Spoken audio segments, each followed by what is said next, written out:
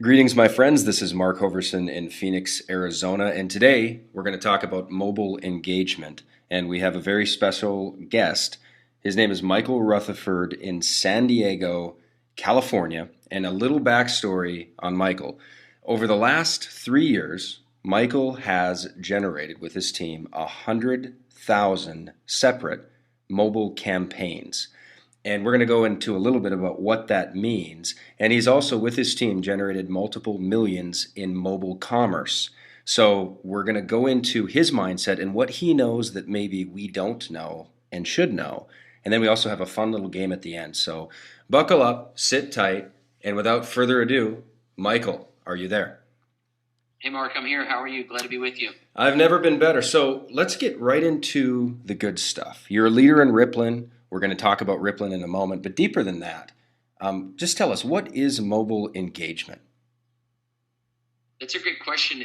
What's interesting about it is everybody's always curious, the mechanics and the specifics behind what mobile engagement is. And, everybody's noticing that the world has gone mobile. They've noticed everybody has got their faces in their cell phones. And what's interesting, we've kind of adopted a tagline of "Go where the eyeballs are," because if you can find the eyeballs, you can find people's attention. Mm-hmm. And whether you're an advertiser trying to reach customers, you can't market to where their eyes used to be. You have to market to where their eyeballs are today.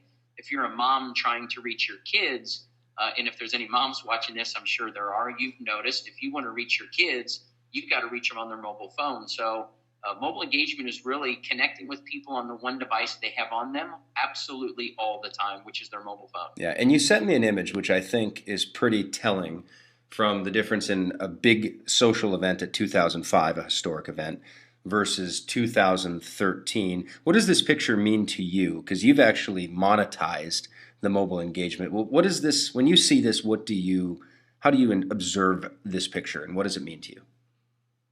It means really a few things. One of the main things is it means the switch or the transformation that's take place on how people perceive the world, how they get news, how they connect with their friends, how they do life has absolutely radically changed. And people in today's world don't spend time on their laptops like they used to. They don't read newspapers like they used to. They don't experience life like they used to. They're taking pictures with their cell phones.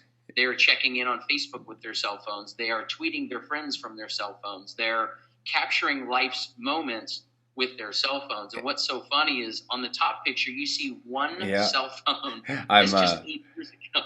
Yeah. And she, which is highlighted. there was the early adopter, like who's that wild James Bond-like person catching this on a. Think about a cell phone with a camera on it 8 years ago. What a Wild West early adopter. Today, that was probably like a chocolate razor, by the way. But today, look at the bottom photo. Everybody and their brother, I don't care if they're 8 years old or 88 years old, they've got a mobile phone. I like it. So let's get to the second question. And again, everybody, stay tuned because we do have an interesting little game to play. So my next question is, do you think this mobile frenzy of constantly checking our phones, almost to probably addiction levels at some times, but do you think it's just a phase? Is it just a phase? Is it a temporary thing where it's dying down or it's going to fizzle out, or what do you feel? It's interesting to learn when you dive into the deep stuff, the thick stuff. When it comes to mobile, you start peeling back layers, and on the surface, it definitely feels like a fad because of how quickly it's happened. Right. The mobile adoption happens so much faster than the web adoption of people getting on their computers. In other words, when Microsoft and Apple really first came out and people got a computer for the very first time, it took a long time for just the average and ordinary wage earner in the world to have a mobile phone. But the adoption of mobile, or to have a computer, but the adoption of mobile has been so much more rapid. And you've got places around the world where they never got a computer, but they do have a mobile phone. And because of that fact, what we're seeing is the convergence of all other mediums moving onto the mobile phone. And what I mean by that is people are using their phones to do things that they used to do with other devices. I mean, just think about it. If you've got your phone on, you think about there's so many things that we do with our phones today that we used to use another device for. And Yes. what I'm getting to is people get news from their phones where they used to get news from the television or the radio. They Mm-hmm. get deals and discounts of from businesses or restaurants and things nowadays from their mobile phone. The phone has really become the Swiss Army knife of somebody's life. It's not just this hokey little place where people can chat with their friends. It really has become a tool that has influenced every area of their life. So what you would say is, and this is kind of a comical little picture that 20 years later and all these things fit in your pocket and you've got the video camera and we had one of these. I remember in the 80s we got one and we thought it was the coolest thing ever, and we'd carry it around in a big suitcase to our basketball games and the radios and things like that. And now, so to the question, is this a phase? What's actually happening now is that the mobile phone is literally becoming the Swiss Army knife. It's actually increasing usage, and with apps, more and more things are folding into it.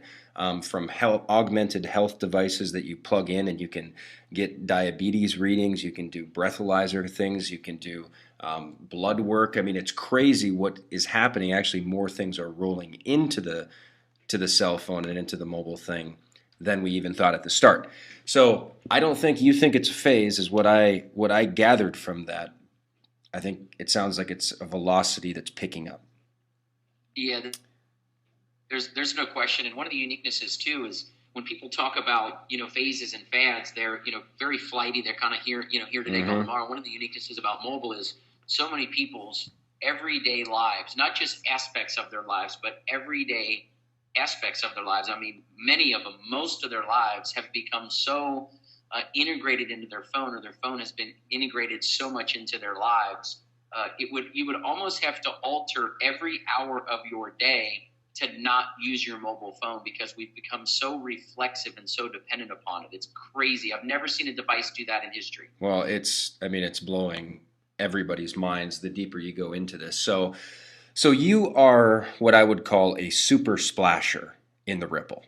You're all over the world. Your Rippln is, waving across to so many different countries, and you are very committed and in love with the vision of Rippln. So my question would be, what do you like best about the ripple effect? And then we're going to throw out a challenge to all our viewers, and I think we're going to have a little bit of fun with it in the comments below. But what do you like best about the ripple effect?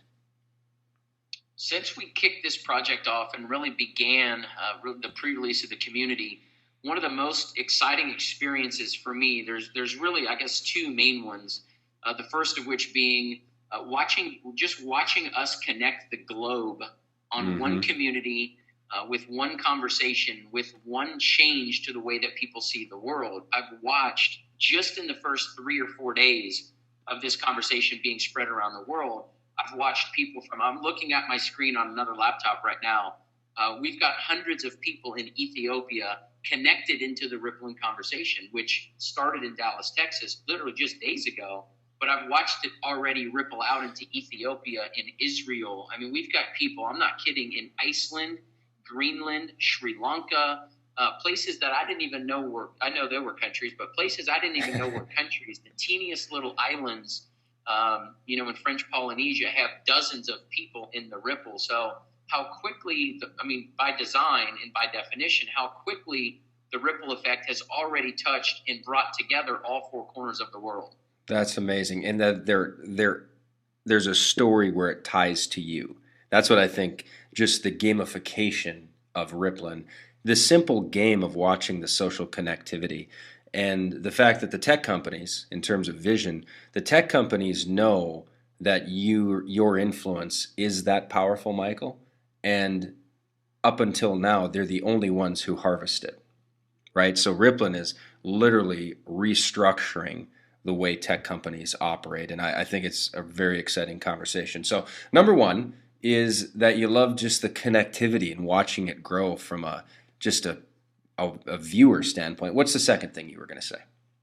You kind of hit the nail on the head, which is there's a story behind every ripple that's been caused. So whether it's my personal ripple of people that have built around the world and really wrapped the whole globe a bunch of times over, it's the individual stories of how those things happen. Like I've got a great friend of mine I've known for years who, if you'd have told me 10, 12, 15 days ago that he'd have a ripple of thousands of people, hundreds of them in Norway, hundreds of them in Spain, hundreds of them in Russia, I would have told you were crazy. Right. So I'm watching my great friend of mine introduce it to a couple of his friends from church. I mean, he's never done anything like this. And when I say like this, I mean built a global audience. That's what I mean by never done anything like this. He's never built an audience of people that stretched the globe or, connected all the continents and made them almost like one community, one family, one cloth.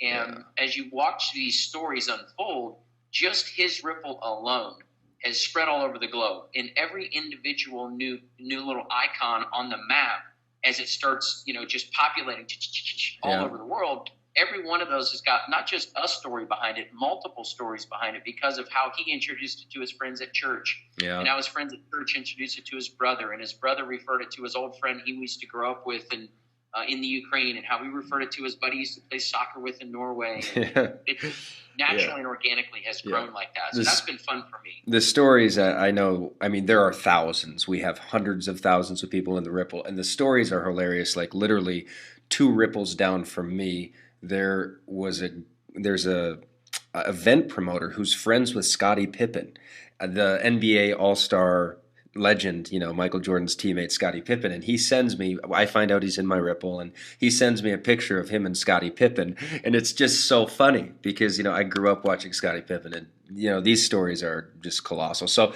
here's the challenge that we want to end with, everybody. Michael and I want to do a challenge.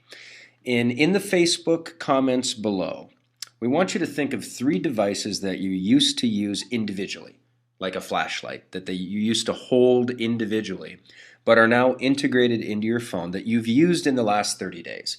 And simply comment below what they've been. So here's a couple examples. Like in my life, I use the flashlight at night, that it used to be its own thing. Camera. I listen to my Spotify app, so radio. Michael mentioned the map. I use the calculator daily. I used the alarm clock this morning. Watch to tell time. And then used to have a big physical Nintendo, but now I play games on my phone.